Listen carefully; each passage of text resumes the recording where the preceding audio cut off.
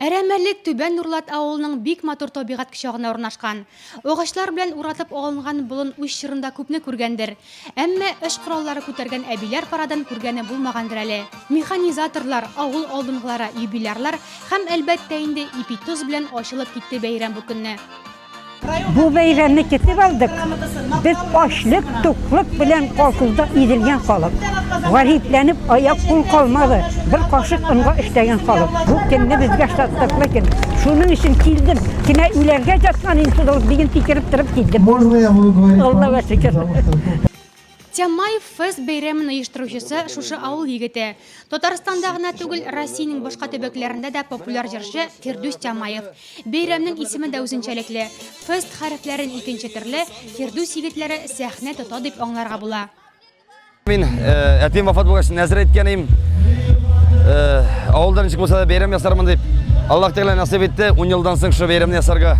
Менә киләчәктә дә һәр елны шу исемне брендка кертеп, шу бәйрәмне ясарга Алла теләсә. Элек-электән олы бер чараны башлар алдыннан аксакаллар белән киңәшләшү гадәте яшәгән. Бәйрәмдә авылның имам-хатибы Хәйр фатихасы белән ачылып китте.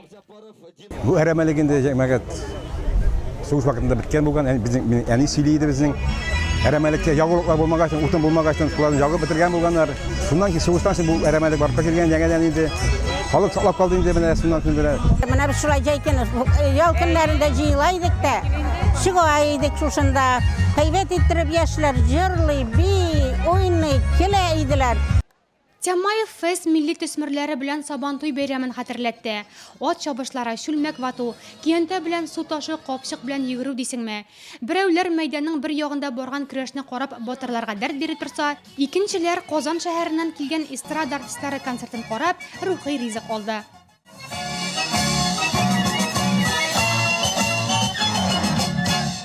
Түбән Нурлат авылында соңгы тапкыр Сабантуй 1996 елда оештырылган була. 19 ел инде мәйдан үз батырларын көтә.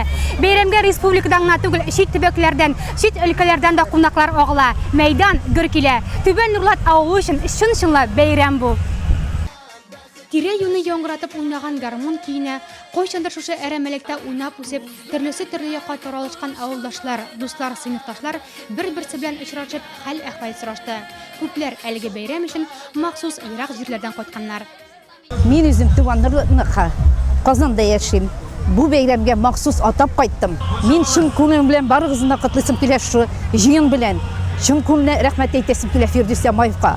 Молодец ул, булдырды, булдырачак. Шушындай концерт оештырган өчен, шушындай җыен ясаган өчен һәрбер авылдашларга шундый шатлык, сөенеч китергән өчен.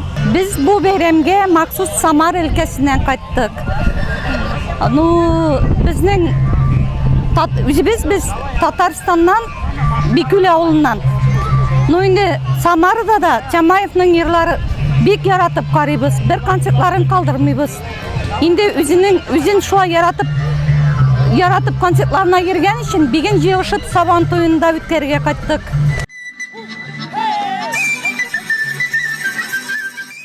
Көннең бик эссе булуына да карамастан, халык кичке 4-кә кадәр дәвам иткән бәйрәмдә рәхәтләнеп күңелләште. Түбән Нурлатлар өчен генә түгел, Тулаем район халкы өчен дә онытылмас һәм кабатланмас бәйрәм булды бу.